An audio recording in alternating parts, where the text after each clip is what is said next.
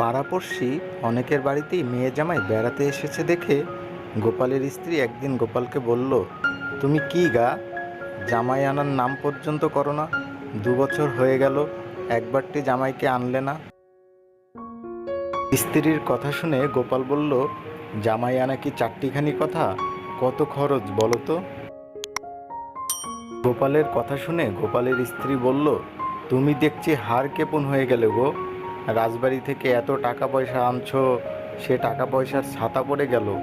আমি কোনো কথা শুনতে চাইনি। আজকালের মধ্যেই জামাই না আনলে আমি বাপের বাড়ি চলে যাব। গোপাল ভাবল, এবার আর জামাই না এনে উপায় নেই।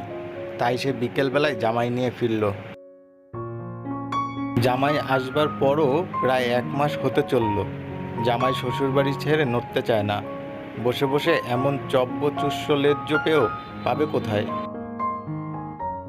জামাই শাশুড়িকে বলল, মা, এখানে এসে আমার শরীরটা বেশ ভালো হয়েছে, ভাবছি আরও কিছুদিন থাকবো। জামাইয়ের কথা শুনে শাশুড়ি বলল, তা তোমার যতদিন ইচ্ছা থাকো না, তোমার শ্বশুর তো এখন 2 হাতে টাকা আনছে, যতদিন ইচ্ছে থাকো। শাশুড়ি ও জামাইয়ের কথোপকথন শুনে গোপাল মনে মনে বলতে লাগলো, না আর নয়, যেভাবেই হোক বুদ্ধি করে জামাই বাবাজিকে তাড়াতেই হবে, নইলে যে জমানো টাকা ভাঙতে হবে। জামাই পোষা না হাতি পোষা। মনে মনে ফন্ডি এঁটে সে জামাইকে বলল, বাবাজি, এ পাড়ায় ভীষণ ছিচকে চোরের উৎপাত। এই যে দেখছো লেবু গাছটা, এতে হাজার হাজার লেবু এলেও আমি সময় মতো দেখতে পাই না। বেচলেও বেশ পয়সা হতো। তুমি বাপু একটু লেবু গাছটার দিকে নজর রেখো।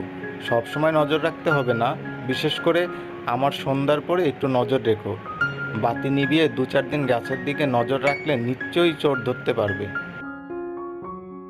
শ্বশুরের কথা শুনে জামাই বলল, আপনি কিচ্ছু ভাববেন না, চোর আমি ধরবই। সেদিন সন্ধ্যাবেলা গোপাল রাজবাড়ি থেকে ফিরে বাড়ির ভিতর গিয়ে বলল, ওগো, পেটটা ভালো নেই, কীরকম ভুটভুট করছে। গাছ থেকে 2টো লেবু এনে একটু লেবুর শরবত করে দাও তো। ঘরে আর অন্য কোনো বাতি না থাকায় গোপালের স্ত্রী অন্ধকারেই লেবু আনতে গেল। জামাই চোর ধরার অপেক্ষায় আগে থেকেই ওত পেতে বসেছিল। চোর ভেবে শাশুড়িকে জাপটে ধরল। চিৎকার চেঁচামেচি শুনে গোপাল সঙ্গে সঙ্গে বাতি নিয়ে ছুটে গেল। তখনও জামাই শাশুড়িকে জড়িয়ে ধরে আছে।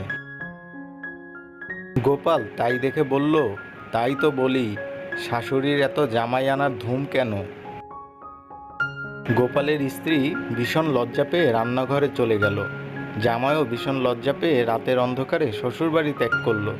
গোপাল মনের সুখে বারান্দায় বসে তামাক টানতে লাগলো।